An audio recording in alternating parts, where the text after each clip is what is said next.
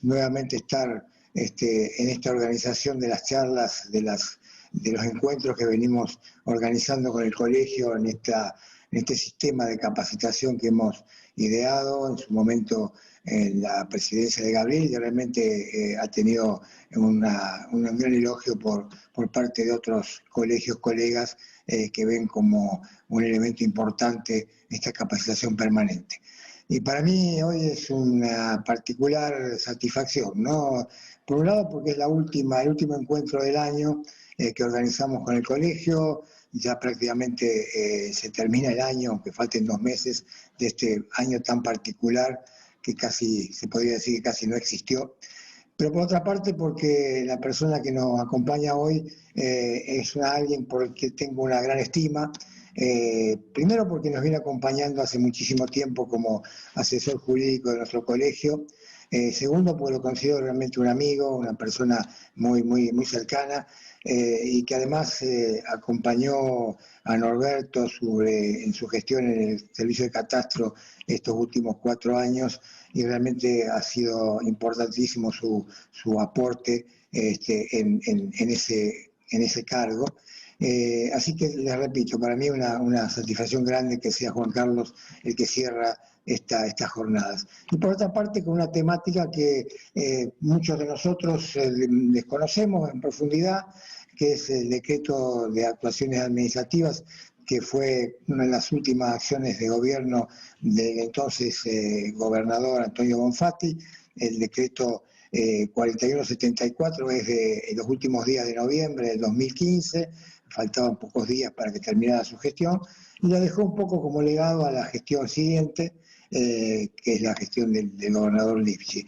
Importante decreto que Juan Carlos nos va a explicar en profundidad, y que tiene que ver, como hace un rato hablábamos, con una modernización de todo el sistema de trámites administrativos que va de la mano de lo que está pasando en la realidad cambiante que venimos viviendo desde hace unos años en base a lo que es la nueva tecnología, y que en estos momentos creo que lo vemos con crudeza, lo importante que era justamente tener herramientas, no solamente tecnológicas, sino también normativas que acompañaran este momento. Así que bueno, sin más, los dejo con Micaela, que va a hacer una pequeña introducción a nivel de organizativo. Le doy la bienvenida al doctor Juan Carlos Cardona, que nos honra con su presencia, y bueno, y muchísimas gracias de nuevo por estar presente en estas jornadas. Gracias, Raúl. Buenas tardes a todas y a todos. Para consultas al anfitrión, enviar un mensaje en el chat. Para preguntas al disertante, utilicen el apartado preguntas. Recuerden que no van a estar habilitados los micrófonos ni las cámaras de los asistentes, y el chat no va a ser visualizado por el disertante. En cuanto a la asistencia, se registrará el ingreso, la permanencia y el egreso. Envíe un mensaje en el chat indicando su email antes del comienzo de la disertación. En este momento, si ya lo hizo, no es necesario volver a escribirlo, y antes de retirarse, solo en esas 2 oportunidades. En el transcurso de la disertación van a ver una pantalla emergente de votación durante 20 segundos. Allí debe tildar la asistencia y presionar el botón enviar. Es importante que la seguridad de su navegador permita ventanas emergentes, y tener en cuenta que si minimizan la pantalla no las van a ver. Importante para la certificación, es imprescindible prestar atención a la pantalla y recordar lo siguiente: van a haber 2 pantallas emergentes. En caso de que no aparezcan, escriban solamente su correo una vez en el chat. Muchas gracias, y le cedo la palabra al gran doctor Cardona. Muchas gracias a todos, buenas tardes. Raúl, te agradezco profundamente la invitación. Es un tema que realmente me gusta mucho, y por supuesto que el afecto es mutuo. Yo creo que durante los últimos años en la provincia de Santa Fe hubo 2 leyes, una de ellas en realidad decretos, pero que son leyes en el fondo, que fue la de actuaciones administrativas por una parte, y el 1309, que tiene importancia trascendente para el mundo de la agrimensura, precisamente porque ha receptado la ley nacional en el ámbito provincial. Hace unos días tuve que escribir un artículo sobre procedimiento, y el procedimiento ha adquirido una trascendencia muy especial. El procedimiento es la forma, y uno cree que a veces lo sustancial es lo importante, pero la forma a veces adquiere precisamente la trascendencia de lo sustancial. Y eso ocurre con el procedimiento. Y hoy les voy a destacar dos palabras, dos P. Una, el procedimiento, y la otra, los principios. ¿Qué caracteriza al derecho administrativo? El derecho administrativo es un derecho esencialmente local, en primer lugar, y como decimos los abogados, es un derecho infieri. ¿Qué quiere decir infieri? Que es un derecho en permanente construcción. ¿Por qué? Porque el derecho administrativo estudia al Estado haciendo. ¿Y el Estado qué hace? El Estado debe perseguir el bien común. El Estado debe perseguir la felicidad de una determinada sociedad. El Estado por eso lo que debe hacer es responder a las necesidades de esa sociedad. Como las necesidades están en permanente cambio, entonces las respuestas también lo están. Y por eso el derecho administrativo es realmente un derecho en permanente construcción. Nosotros no tenemos, si nosotros tenemos una duda con respecto al Código Civil y Comercial, y tenemos enormes tratados hoy para realmente que nuestras dudas se acaben. Más aún, los propios autores del Código son los que han escrito el primero de esos tratados. Pero nosotros no tenemos esa respuesta. Muy por el contrario, muchas veces la tenemos que construir. Y por eso el derecho administrativo es un permanente desafío, lo que hace que no sea para nada rutinario, muy por el contrario. El objeto del derecho administrativo es la administración pública. ¿Por qué es la administración pública? Porque a través de la administración pública es cuando se dan las respuestas a la gente. La administración pública es presente, así como la actividad legislativa es futura y la actividad judicial es pasado. La nuestra es presente. La nuestra no se detiene, la nuestra es permanente, precisamente porque apunta a las respuestas a esas necesidades. Por otra parte, la administración es fundamentalmente procedimiento. Tenemos un procedimiento para que la administración manifieste su voluntad. Tenemos un procedimiento para que la administración resuelva un recurso o resuelva un reclamo. Todo es procedimiento. Por eso adquiere una trascendencia tan importante en la temática que a nosotros nos ocupa.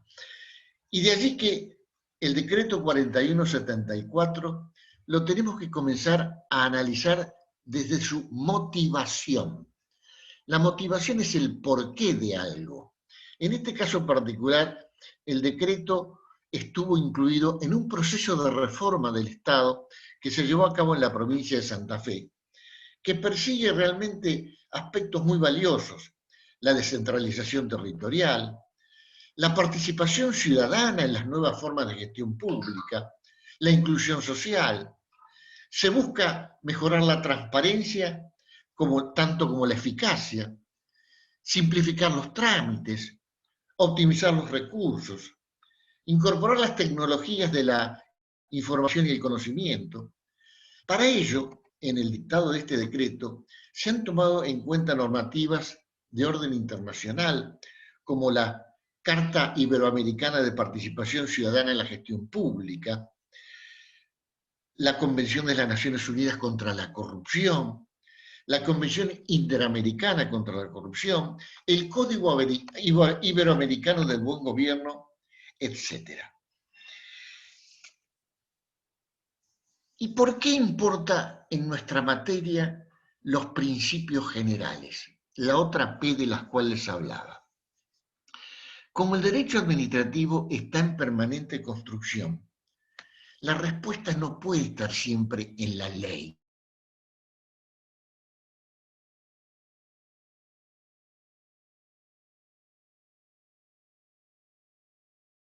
A los principios generales.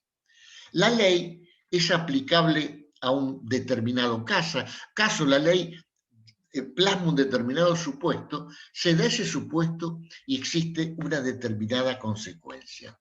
El principio es indeterminación, es abstracción, que requiere de un acto individual que lo precise. Ya sea porque lo incorporamos a ese principio al derecho positivo, el derecho positivo es el derecho que es, el derecho que realmente rige, o porque lo aplicamos al caso concreto. Pero los principios carecen de supuesto de hecho. Un principio es la justicia, la buena fe, la protección de la libertad, la igualdad, etc. Cumplen una triple función de fundamento, interpretación e integración del ordenamiento jurídico. Ayudan a defender los derechos del particular antes y durante la tramitación del procedimiento administrativo. Apuntan a que la administración pública se someta al derecho y contribuyen a la eficacia de la administración pública a través de la unidad del procedimiento sin la dispersión que causan los procedimientos especiales. Los particulares pueden y deben exigir se cumplan los principios, porque su aplicación es un deber para la administración pública. Como dije anteriormente, no olvidemos que la administración pública es procedimiento. Ese procedimiento que en última instancia trata de llegar a la plena vigencia de la libertad, acompañada del deseo de hacer realidad el principio de igualdad entre todos los hombres. Y eso solamente se logra si se respeta la dignidad del ser humano, que es el principio de la vigencia de todos nuestros derechos. Por ello, las administraciones deben adecuarse a los tiempos. En nuestro país, la burocracia se ha caracterizado por complejizar, y nosotros, para hacer realidad nuestros derechos, tenemos que tender a simplificar, a hacer realidad dos derechos que nos olvidamos de mencionar. El primero, el de la buena administración, y el segundo, el derecho a la transparencia, como valor opuesto a la corrupción que hoy carcome a sociedades del mundo entero. En definitiva, y en esto ha sido una avanzada muy grande con respecto al concepto de administración, se tiende hacia la administración servicial. La administración debe ser un verdadero servicio. La provincia ha plasmado este procedimiento en el decreto que nos ocupa. Algunos han discutido por qué un decreto y no una ley. Porque se trata de procedimiento administrativo, que es como va a funcionar la administración pública. Y el jefe de la administración pública, en este caso el gobernador, tiene que tener la facultad para poder ordenar el procedimiento administrativo. De la misma manera que la adecuación de catastro a la realidad nacional se hizo con un decreto. Es adecuar la organización de un organismo vital de la provincia, y era lógico que fuera de esa manera. El 4174 ha tenido una particularidad. De entrada, a partir del artículo 1, ha enunciado los principios. Esto no es habitual encontrarlo. Más le digo, esto es novedoso a nivel nacional. Muchas provincias se fijan en este decreto 4174 y comentan muchos de los aspectos que este decreto trata. El primer principio es el de la tutela administrativa efectiva. La tutela administrativa efectiva está plasmada en la Declaración Americana de los Derechos y Deberes del Hombre y en el Pacto Internacional de Derechos Civiles y Políticos. Es parte de nuestro ordenamiento jurídico porque se incorporó a la Constitución con la reforma del año 94. ¿Y qué quiere decir tutela administrativa efectiva? Hemos oído hablar de legítima defensa y todos sabemos lo que es. Hemos oído hablar de debido proceso, pero no de tutela administrativa efectiva. Es más amplio que estos conceptos, porque supone que la administración, que el Estado, debe organizar un andamiaje jurídico institucional que garantice la salvaguarda de nuestros derechos individuales. No se trata solamente de ejercer la legítima defensa. No se trata de que nos garanticen el debido proceso. Va más allá. Se trata de que haya un andamiaje jurídico institucional que garantice que eso funcione. Por eso esta tutela administrativa efectiva es realmente hoy tan trascendente. El segundo principio que se menciona es el de la verdad material. ¿Por qué hablamos de verdad material? En realidad, la verdad material es la verdad real, es la verdad que es. Y se la llama material porque se opone a la formal. La realidad formal es la que rige en los pleitos, en los conflictos ante los tribunales. ¿Por qué? Porque solo vale lo que se prueba. Esa es la verdad formal. La verdad material es lo que realmente es. Y en este caso particular, decir que rige la verdad material significa que si las partes en un conflicto con la administración pública no logran probar la verdad tal cual es, la administración pública tiene la obligación de investigar para llegar a ese concepto de la verdad real. El tercer principio es de la valoración de la prueba según la libre convicción. Esta es la decisión de respetar la garantía de la razonabilidad. La razonabilidad es lo que denominamos los abogados un principio innominado dentro de la Constitución Nacional. ¿Por qué? Porque no se la menciona. Se la deduce del artículo 28 de la Constitución, pero no se la menciona. Y la razonabilidad es la adecuación del medio al fin perseguido.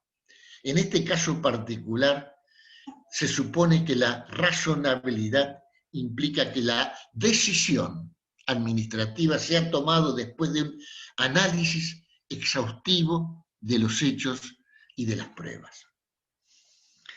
El cuarto, de la imparcialidad del órgano administrativo. Esto es de difícil cumplimiento. ¿Cómo puede ser imparcial un funcionario que depende de la administración pública? ¿Va a tener ese funcionario el coraje para decir que ese particular que está reclamando es el que tiene razón? Y la razón no la tiene precisamente la administración pública a la cual él pertenece. Esto requiere de formación y coraje. Requiere de un verdadero cambio cultural. Un verdadero cambio cultural que está realmente íncito dentro del decreto 4174. El quinto principio nos habla de la economía procedimental. ¿Qué significa esto? En la Ley Nacional 19.549, esta es la ley que rige el procedimiento administrativo a nivel nacional. En lugar de hablar de economía procedimental, hablamos de celeridad, economía, sencillez y eficacia de los trámites. O sea, que se trata de la racionalidad en el empleo del tiempo, de los medios y de las formas. Hay que evitar los engorrosos y lentos trámites administrativos. No es fácil, de ninguna manera, pero tenemos que apuntar hacia eso.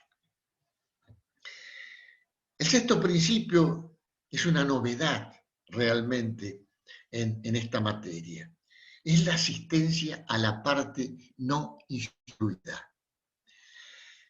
Todo procedimiento administrativo, si termina con algún acto que lesiona algún derecho individual, termina en la justicia.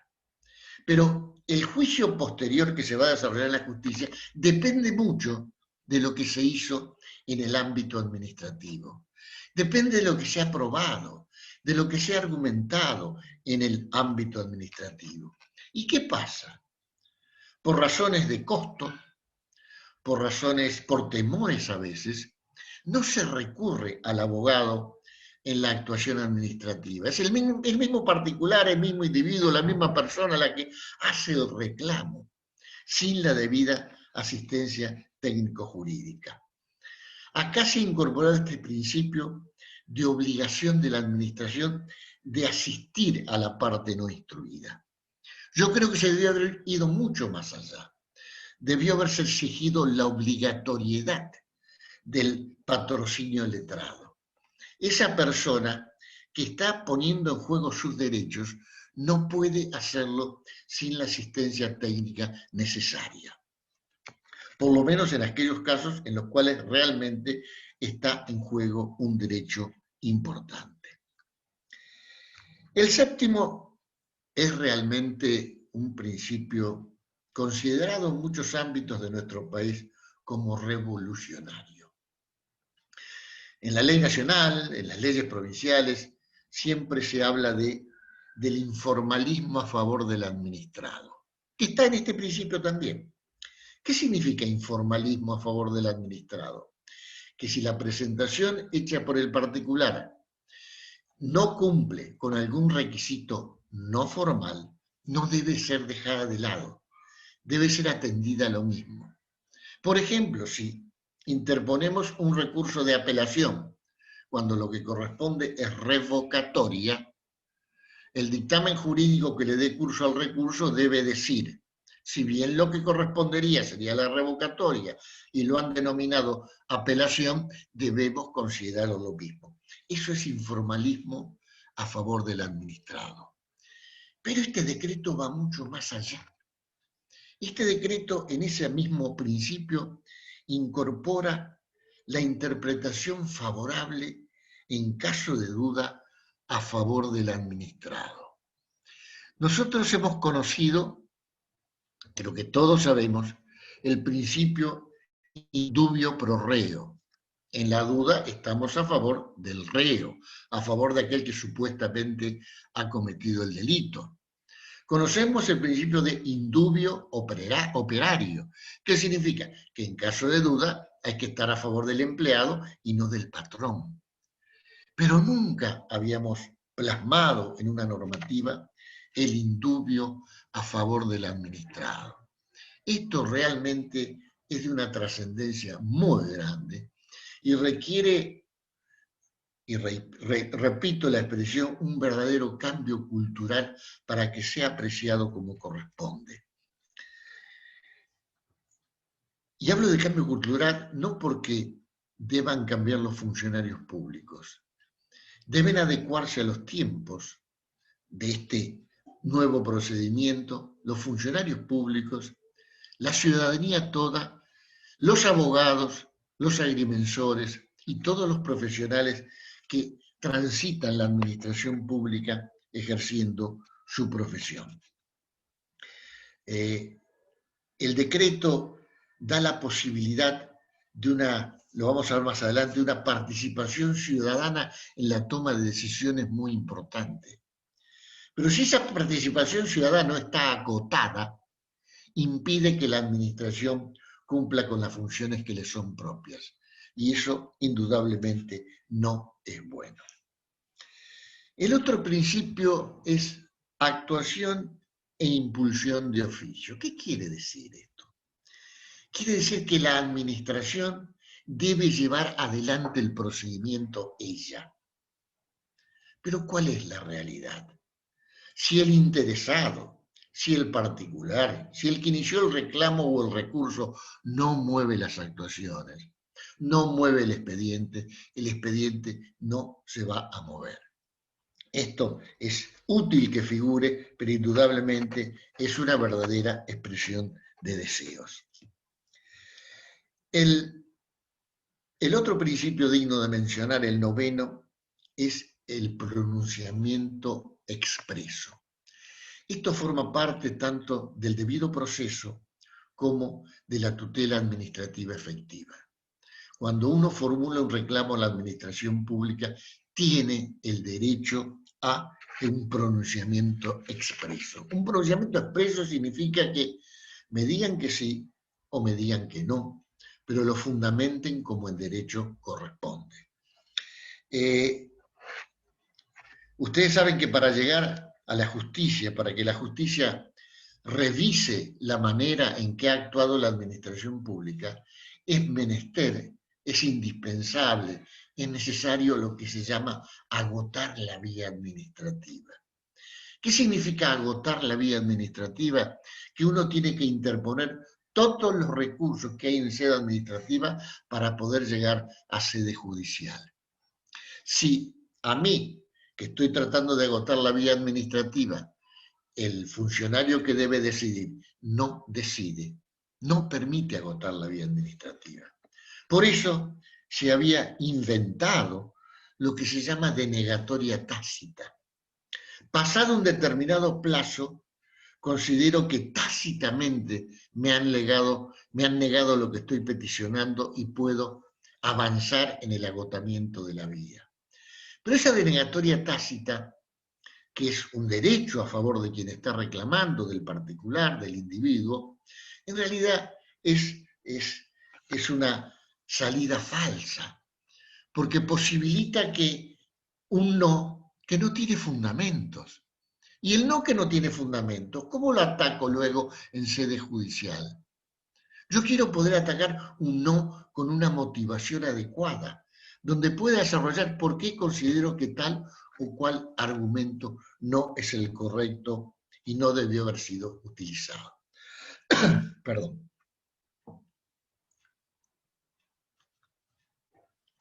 Me parece que estoy hablando demasiado.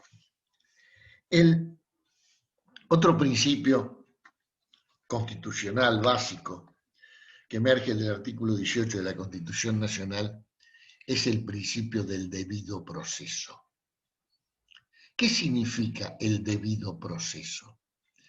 El debido proceso significa que para defender mis derechos yo puedo contar en primer lugar con una asistencia letrada, puedo ofrecer la prueba que crea conducente a proteger mis derechos, puedo exigir que esa prueba realmente se produzca y por último que exista una resolución fundada sobre lo peticionado. Ese es el debido proceso. Noten ustedes que están todo en cabeza del que peticiona, del que reclama al Estado.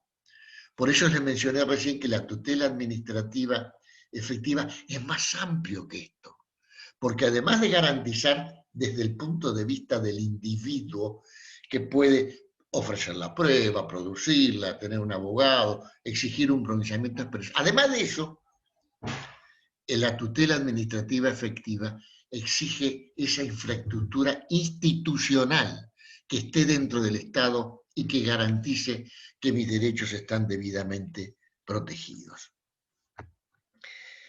El siguiente principio que mencionaré es la unidad inescindible del trámite.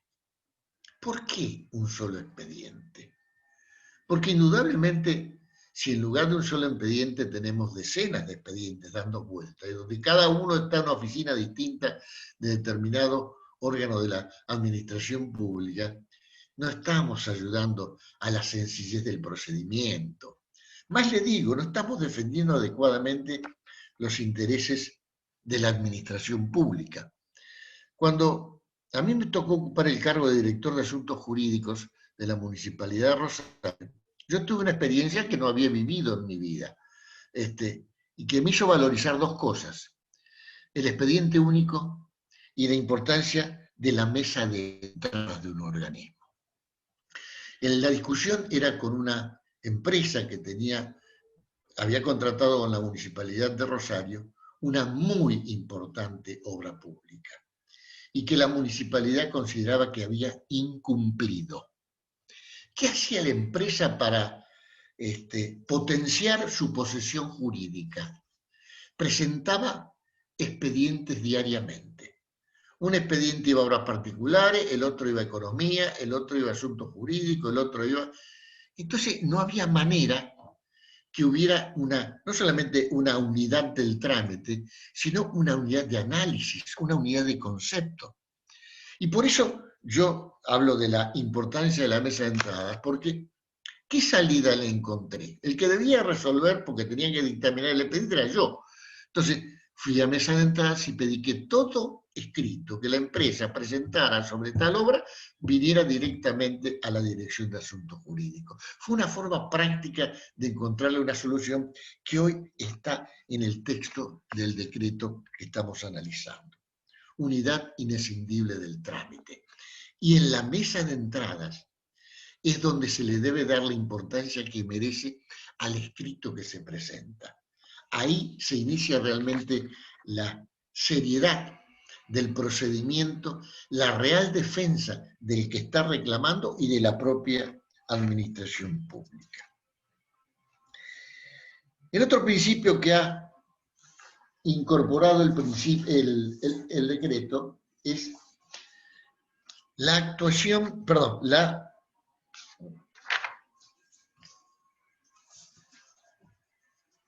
la autotutela y anulación de oficio. Dice el texto del artículo que las autoridades administrativas, en cualquier momento del trámite, previo dictamen del Servicio de Asesoramiento Jurídico Permanente y respetando el principio del debido proceso, podrán declarar de oficio la invalidez de las decisiones administrativas que hubiesen sido adoptadas con anterioridad. Esto también es novedoso. ¿Qué significa? ¿Qué pasa si un funcionario público descubre que o le llega a sus manos un acto administrativo que él nota que está viciado de nulidad? ¿Debe ir a la justicia a pedir que declare la nulidad del acto? Hay un principio que se llama de autotutela. Autotutela es que la propia administración debe tutelarse a sí mismo, debe controlarse a sí mismo, debe evaluar si el accionar de la administración pública ha sido conforme a derecho o no. Y lo que permite este artículo, muy importante por cierto, es que si el funcionario considera que no ha actuado conforme a derecho, pueda pedir el dictamen jurídico pertinente o el informe técnico que corresponda y a partir de ahí anular de oficio ese acto administrativo que está viciado. El otro principio, y este ya es el último, es de interdicción de comportamientos meramente materiales. Existe en nuestra actividad administrativa lo que se llaman vías de hecho. Vías de hechos es cuando un funcionario público comete una torpeza de tamaña gravedad que es manifiestamente violatoria de todo el ordenamiento jurídico. Es una vía de hecho. Por ejemplo, poner en ejecución una decisión cuando hay de por medio un recurso del afectado que suspende la ejecución de esa decisión. Esa es una vía de hecho. Y es tan grosera que no entra ni siquiera dentro de la jurisdicción administrativa, sino que debe ir a la jurisdicción ordinaria. Bien, estos son los principios.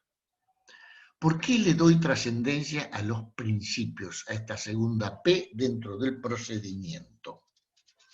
Porque en este derecho administrativo cambiante permanentemente, este derecho administrativo desafiado por nuevas necesidades y por la necesidad de gestionar, de imaginar nuevas respuestas a esas necesidades, no siempre tiene un articulito de una norma determinada que le dice cómo es la solución. Entonces debe recurrir al principio general. Esos principios generales que en muchos casos provienen del derecho natural. El derecho a la vida, por ejemplo. Entonces, el derecho a la buena fe, como lo he mencionado antes, el derecho a la justicia. Entonces, la respuesta se arma no ya en base a un determinado articulito que dice que de darse tal supuesto, tal es la respuesta que corresponde, sino que debemos de ese principio general que indudablemente no está individualizado, debemos nosotros extraer las consecuencias que nos permiten aplicarlo al caso particular. Por eso yo le puse a esta charla el título que le puse, porque todos los artículos del decreto que hablan de las vistas, de los traslados, de los términos, de esto, de aquello, eso lo vemos en el texto mismo del decreto y son fácilmente manejables. Pero cuando no existe esa respuesta concreta, tenemos que manejar estos principios que acabo de mencionar. Y que muy acertadamente el decreto los puso en el artículo primero como cabeza de todo lo que sería la normativa restante del decreto. En la búsqueda de esa nueva administración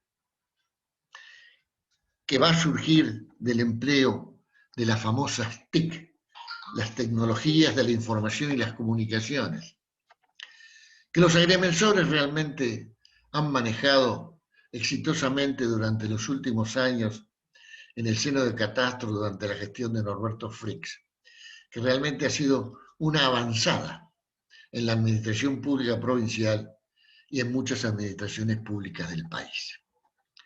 En la marcha hacia eso, el decreto incorpora el expediente electrónico. El expediente electrónico que va a comenzar con algo que ustedes han escuchado mencionar tantas veces en los últimos años, que es la despapelización del Estado. La despapelización del Estado, que es realmente el primer paso, y dicho sea de paso, la pandemia que hoy estamos viviendo está acelerando esto de manera notable. Yo les comento que en el seno de la justicia, recién lo hablaba con Raúl, los cambios que se están produciendo son notables, pero se están produciendo hoy en el medio de la pandemia.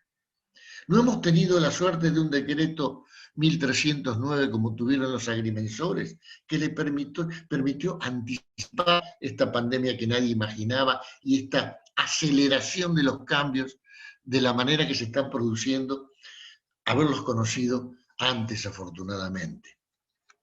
Estamos inmersos en un momento histórico donde, desde el punto de vista no solamente del ejercicio profesional, pero estamos hablando del ejercicio profesional, o nos adecuamos a los cambios, o como dicen los chicos, fuimos, no cedemos. Tenemos que adecuarnos realmente a los cambios. De lo contrario, vamos a quedar afuera. Y el expediente electrónico, créanme, es todo un desafío. Dentro del ejercicio profesional del abogado en este momento es realmente tremendo. Es tan importante la labor profesional de realizar un escrito determinado, fundándolo en doctrina, jurisprudencia, en esto, en aquello, en la legislación, bla, bla, bla, que luego el trámite técnico para que eso llegue donde tenga que llegar de la manera que está previsto. En esencia, lo que estamos tratando de hacer, lo que debemos hacer, es apuntar a hacer realidad el derecho a una óptima administración digital.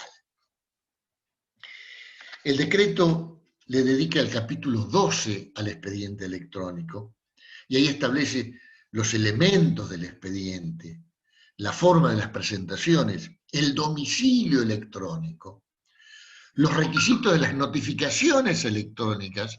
Las notificaciones electrónicas en el mundo de la justicia en este momento son tremendas. O sea, hay que tener un cuidado realmente muy especial.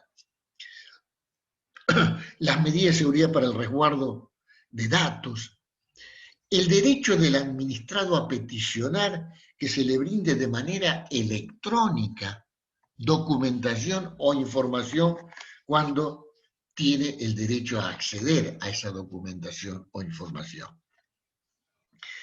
Dentro de estos cambios, también se ha institucionalizado el Día de Gracia. El Día de Gracia es el día muy, muy valorizado por todos los abogados. Porque ustedes saben que nosotros nos manejamos con los plazos.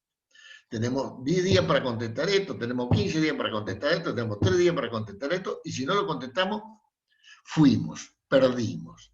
El Día de Gracia posibilita que haya un día más, o un par de horas más del día siguiente, para presentar ese escrito que no lo pudimos presentar en tiempo propio. En la práctica, en la provincia, ya era así, pero el decreto lo ha institucionalizado y eso es muy importante. Un pequeño comentario a las vistas y traslados. Yo les aclaro que aún hoy, en muchos organismos de la administración pública, de las administraciones públicas municipales, si un abogado quiere ver un expediente, tiene que presentar un escrito, pagar un sellado, esperar el dictamen de asesoría letrada o asuntos jurídicos y recién ahí va a tomar vista del expediente. Lo más probable es que no le permitan fotocopiarlo, aunque así sacarle hoy fotografías con el celular. Yo, personalmente, en mi ejercicio profesional y en el ámbito provincial, he ido a tomar vistas de expedientes. En aquella época no había teléfono celular. No se me permitió retirar el expediente para sacar fotocopias, ni que me acompañara un empleado de la dependencia, y me tenía que sentar horas copiando todo aquello que creía pertinente del expediente administrativo.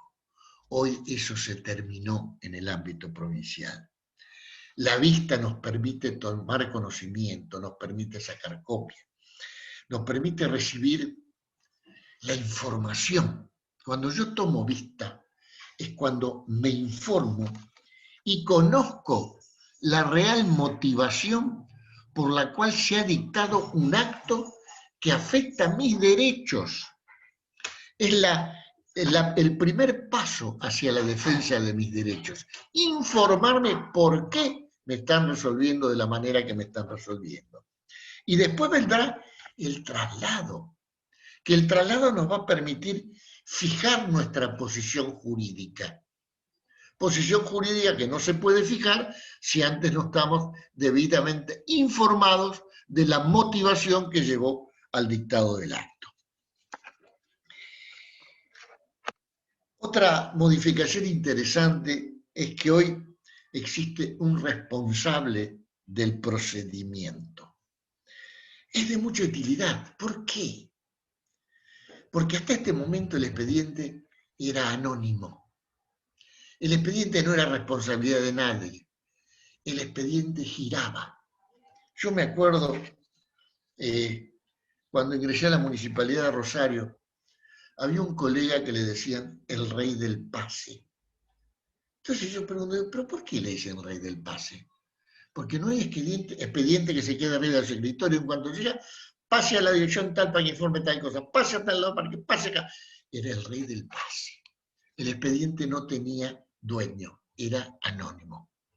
Un prestigioso administrativista tiene escrito y lo dice siempre: tenemos que ponerle nombre y apellido al expediente. Tenemos que saber quién lo tiene, para qué lo tiene, en qué escritorio realmente está ese expediente, si queremos tener una respuesta. Porque de lo contrario, circula anónimamente. Este artículo, inteligente artículo por cierto, ha puesto fin a eso, al nombrar un responsable del procedimiento. Yendo a otro tema, los recursos siguen siendo los mismos que teníamos en el viejo decreto. Revocatoria, apelación y jerárquico, depende de las circunstancias. Creo que no vale la pena explayarnos sobre eso. Sí vale la pena decir que se ha incorporado la denuncia de ilegitimidad. ¿Qué significa la denuncia de ilegitimidad? Cuando a uno le notifican un acto que afecta a sus derechos y debe recurrirlo en sede administrativa, el procedimiento indica que tenemos 10 días hábiles para hacerlo. Si dentro de esos 10 días hábiles no recurrimos el acto, ese acto queda firme. Ya no lo podemos recurrir más. Y entonces la denuncia de ilegitimidad es ese instrumento que permite que presentemos el recurso, aunque no lo llamemos así, fuera de término. Y con la naturaleza de denuncia de ilegitimidad, diciéndole a la administración pública, vea, su conducta ha sido ilegítima, revísela. Denunciamos que ha sido ilegítima, revísela, aunque haya perdido yo el plazo para presentar el recurso de revocatoria o el que fuere. Eso hoy, afortunadamente, se ha incorporado oficialmente y es ley la denuncia de ilegitimidad que antes no ocurría. Un comentario acerca de los mecanismos de participación ciudadana. En esa reforma del Estado en el cual se encuentra inmerso el decreto 4174, ha habido una preocupación muy especial por darle participación a la ciudadanía. Y uno de ellos es la posibilidad de que los particulares, titulares de un derecho, de alguna manera vamos a ser afectados por una decisión, que son dos tipos de decisiones. O es un acto administrativo de alcance general, o es un proyecto de ley. En cualquiera de los dos casos, este espacio de participación ciudadana nos permite presentarnos durante la tramitación de ese acto administrativo, durante el procedimiento de emanación del acto administrativo o la tramitación del proyecto de ley y pedir el derecho a opinar. Yo tuve el primer caso que se dio en la provincia, que lamentablemente no terminó bien, porque requiere un cambio cultural y el decreto recién empezaba a regir. Pero tenía que ver con la ubicación de una cárcel. La ubicación de una cárcel en cualquier ciudad, no solamente de la provincia, del país, indudablemente genera discusiones de todo tipo porque altera la normalidad de esa localidad. Entonces, era una decisión que iba a tomar la autoridad administrativa que requería que uno pudiera realmente participar. No se le dio trámite favorable porque indudablemente este procedimiento se desconoce todavía. Este procedimiento va a requerir la experiencia y va a requerir del cambio cultural del cual estamos hablando, porque no cualquiera puede pedir intervenir en la emanación de un acto administrativo o en un proyecto de ley, porque si lo pide quien no corresponde o argumentando lo que no debe argumentar, lo único que hace es impedir que la administración funcione normalmente. Y eso no es lo que busca la ley. En el mismo sentido, nada más que buscando más que una participación ciudadana, un aprendizaje institucional participativo, se permite que los organismos colegiados, que deban tomar decisiones, que como son organismos colegiados, toman decisiones indudablemente previa discusión y por las mayorías que fije su funcionamiento, se permite que esas reuniones se hagan abiertas, que particulares puedan participar y de esa manera tener una especie de aprendizaje participativo. Otro punto que quiero mencionar es el de la tutela cautelar en sede administrativa. La tutela cautelar, las medidas cautelares en general, tienen una razón de ser muy simple. Al inicio de un pleito, si uno no logra una medida cautelar determinada, cuando el pleito se termina años después, es muy probable que una sentencia favorable no nos sirva para nada. Si nosotros iniciamos una ejecución de algo y no logramos trabar un embargo de entrada sobre un bien del deudor, que el día que termine el pleito nos permita cobrarnos sobre ese bien, no nos sirve de nada, porque el día que termina el pleito, el deudor ya no es propietario de nada. Entonces la medida cautelar tiene una trascendencia muy grande, que está prevista en el Código, en lo contencioso administrativo. El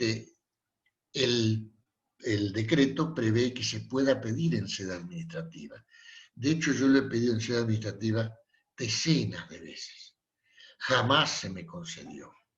Yo suelo decir en mis clases que lograr que la administración pública dicte una medida cautelar que suspenda los efectos de su propio acto es como encontrar un perro verde. Es muy difícil que ocurra. Yo creo que es sano que hayan incorporado esto, pero la realidad es que en sede administrativa es muy difícil que se tome esa cautelar que en materia administrativa lo que significa es suspender los efectos del acto. O sea, se ha despedido a una persona y se pide como cautelar mientras tramita el pleito que siga trabajando en la administración pública y cobrando su sueldo. Es muy difícil que administrativamente ello se logre. Distinto es en el seno de la justicia. Por último, quiero mencionar en uno de los últimos artículos del decreto, que habla de las relaciones entre la administración y quienes actúan con la administración. Incorpora lo que se llama el principio de protección de la confianza legítima. ¿Qué es la confianza legítima? ¿Qué es el principio de la confianza legítima? Simplemente significa que si la administración pública ha actuado de manera X durante determinado tiempo y ante determinadas circunstancias de hecho, no debe variar esa actitud en mi caso cuando le toca resolver acerca de mi problema. Yo tengo esa confianza legítima de que va a actuar de la misma manera cuando se den las mismas circunstancias. Y pone en cabeza de la administración pública respetar ese principio y pone en cabeza del particular, del que le reclama a la administración pública, el obrar de buena fe y de forma colaborativa. O sea, hay para las dos partes. Realmente creo que hay buena armonía en esa disposición. Bueno, creo que ya he hablado lo suficiente. Quedo a disposición de ustedes por si hay alguna duda con respecto al tema desarrollado. Y desde ya, muchísimas gracias.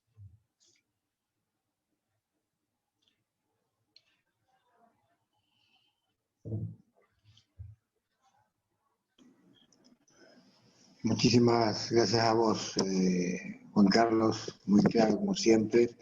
Y bueno, abrimos un poco el tema de las preguntas. Micaela, vos dirás de qué manera las manejamos.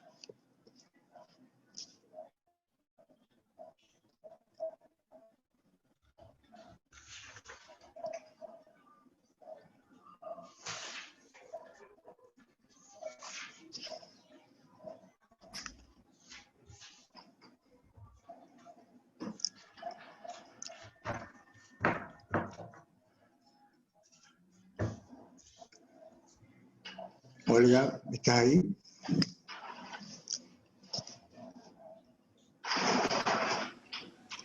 Sí, Raúl, no hubo preguntas, no hay preguntas del sistema, pero si alguien quiere hacerlas ahora, tiene la oportunidad en donde dice más al pie de la pantalla de Zoom, ahí se pueden escribir las preguntas. Y yo que tengo la posibilidad de hacerlas al aire, me gustaría preguntarle, Juan Carlos, en cuanto al expediente electrónico, en cuanto a la incorporación de tecnología para la tramitación administrativa, si se avanzó algo en la provincia, más allá de catastro, por supuesto lo ha hecho y sobradamente, en cuanto a esa incorporación de tecnología para el resto de lo que es la tramitación pública provincial. Lamentablemente, Raúl, hasta donde yo conozco, los últimos eventos positivos en ese aspecto fueron los cambios dentro del catastro. Inclusive los cambios dentro del catastro y sobre todo en armonía con el registro de la propiedad. Y según tengo entendido, en el registro de la propiedad, la nueva administración ha introducido algunos cambios que irían un poco en contra de lo que habíamos avanzado durante la gestión anterior. Lo cual no estoy seguro de que así es, pero me preocupa ciertamente que así sea, porque se había logrado avanzar como en otras partes del país. Norberto siempre mencionaba el caso de Tucumán, trabajando en forma armónica entre quien debe proteger el objeto del derecho y quien debe proteger el derecho. O sea, la publicidad de ambos aspectos. Eso es realmente muy trascendente y lamentaría que fuera cierto los comentarios que he escuchado, pero como vivimos esta etapa de excepción tan notable y no sabemos qué es lo que está pasando y no tenemos comunicación de muchas cosas, vivimos nada más que manejando números de infectados y demás, es lógico que no sepamos nada. ¿Va? No hay grandes cambios que yo sepa, no hay grandes cambios que yo sepa.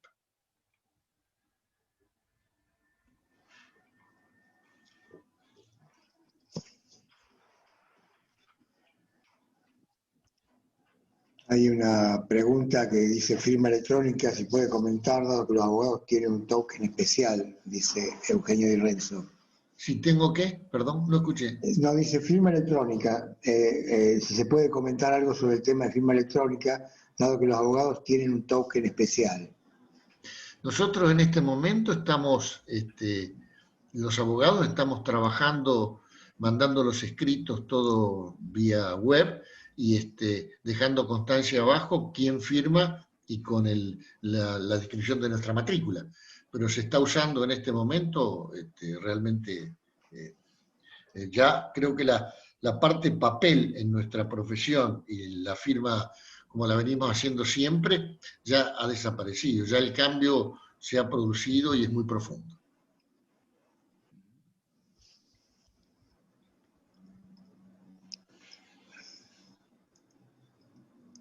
En el resto de la administración no, ¿no? No que yo sepa, no que yo sepa. Digamos, estoy en contacto con mi actividad profesional, la administración en este momento está actuando de manera bastante...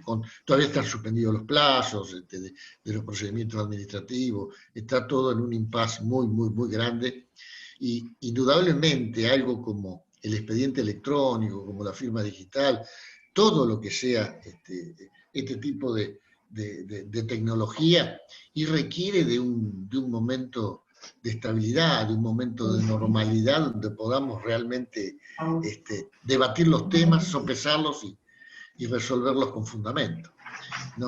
Un estado de excepción como el que estamos viviendo, que es realmente único en la historia de la humanidad, porque jamás en la historia de la humanidad una pandemia abarcó el universo entero como nos pasa a nosotros. Nunca marcó un cambio de época tan profunda, porque otras pandemias marcaron cambio de época, pero no como va a ser creo yo. Va a requerir de mucha tarea muy sensata cuando volvamos a lo que ya ahora se llama la nueva normalidad. Es todo un desafío realmente, Raúl, todo un desafío. Justamente, un poco volviendo al decreto, ¿no, Juan Carlos? El decreto es del año 2015, parece ayer, pero en realidad al nivel que avanza la tecnología y lo que nos ha puesto en el camino la pandemia, quería preguntarte si vos crees que el decreto requiere de un ayornamiento a nivel tecnológico para abarcar todo lo que ha pasado en estos meses de pandemia, especialmente en lo que estamos viviendo en este momento, ¿no? En estos mecanismos de comunicación que han surgido a través de la pandemia, y que no sé si el decreto realmente contemplaba algunas cuestiones que tengan que ver con estas nuevas variantes tecnológicas, ¿no? Bueno, el decreto es de 2015, tal cual vos decís, y empezó a regir en el 2016. Hay muchas cosas que se pusieron de práctica en forma inmediata. los comentarios que hice sobre vistas y traslados, la posibilidad de ver las actuaciones, todo eso realmente se está manejando muy bien. Naturalmente entró a manejarse así. No ocurre lo mismo con el expediente electrónico, no ocurre lo mismo con los mecanismos de participación ciudadana que requieren una formación muy especial y que eso va a demandar tiempo. O sea, el decreto ha sentado las bases de cambios muy grandes que van a tener que ir realizándose de forma paulatina. Por eso, repito lo que dije varias veces esta noche, tenemos que manejar el tema de los principios. Manejando nosotros los principios con naturalidad, vamos a poder exigir de la administración pública que se incorporen los cambios que son necesarios para que realmente esos principios tengan vigencia, ¿no? Juan Carlos, ahí pregunta, dice, en el acto de verificación y constitución de estado parcelario, el decreto 1309 establece que el agrimensor actuante es auxiliar del catastro. ¿Qué trascendencia tiene eso? ¿El acta que hace el agrimensor es un instrumento público o un documento público? Para mí tiene mucha trascendencia. De hecho, nos ha permitido a nosotros resolver algunas cuestiones, particularmente en el caso, perdón que me pongo de pie, pero tengo un pequeño calambre. Yo creo que eso tiene la trascendencia de saber exactamente cómo está el objeto del derecho de propiedad y quién en ese momento está en posesión o en tenencia de ese objeto, que es decisivo para dilucidar algunas cuestiones. Y ha sido muy importante, especialmente en la ciudad de Santa Fe, con el tema que hemos vivido del robo de inmuebles a través de determinados artilugios, y en algún caso, a pedido del registro de la propiedad, ha intervenido en su momento Catastro, brindando información muy trascendente con respecto a la posesión del inmueble que está en discusión. Y ha permitido dilucidar casos realmente trascendentes. Por eso creo que eso es un avance muy importante, muy importante. Hay una pregunta que dice si la dificultad al acceso de Internet de algunos sectores de la administración ocasiona que no puedan plasmarse mecanismos y procedimientos deseados. Creo que esta pregunta un poco te excede, ¿no?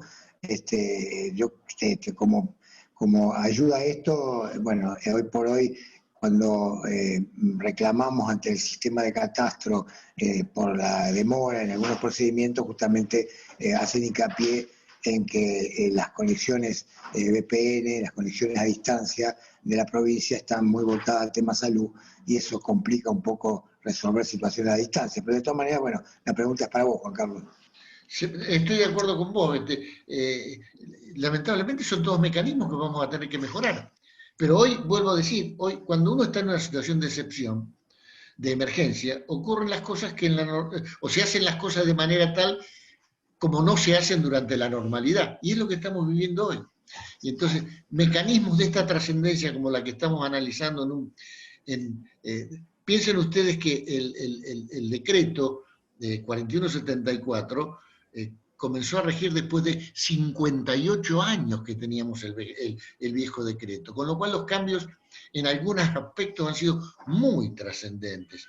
Y eso, lógicamente, imagínense ustedes la gente que en la administración pública ha pensado y ha actuado durante décadas con esa normativa, y de golpe viene un decreto y se las cambia abruptamente. Indudablemente, tanto desde el punto de vista humano como tecnológico, va a llevar tiempo la adecuación a una nueva realidad.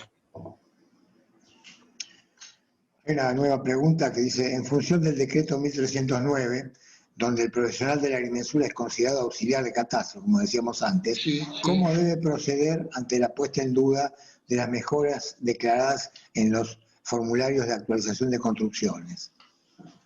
Esto tiene que ver con el cuestionamiento que a veces el catastro hace a la declaración que el agrimensor hace de mejoras que ha relevado en campaña, y el catastro en algunos momentos pone en duda la veracidad de esa información suministrada por el agrimensor, teniendo en cuenta que es considerado un auxiliar del catastro, ¿no? Ahí me mataste, ¿eh? No te podría dar una respuesta exacta al respecto, sinceramente. Habría que verlo, como decimos nosotros en derecho, hay que estar ahí. O sea, hay que verlo cómo es el caso, la documentación que hay, entonces poder opinar.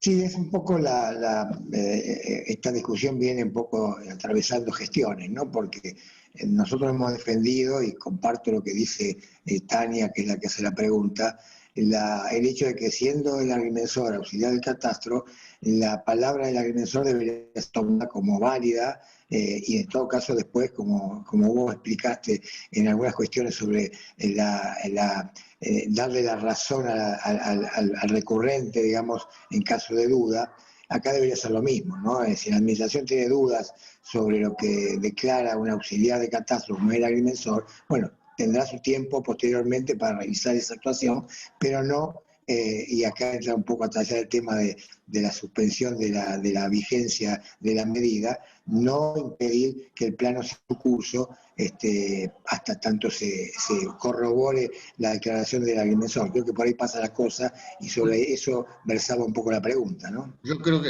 acá juega el principio básico de que atento a la profesionalidad del agrimensor debe tomarse por válida hasta que haya prueba en contrario. O sea, para mí debería ser así.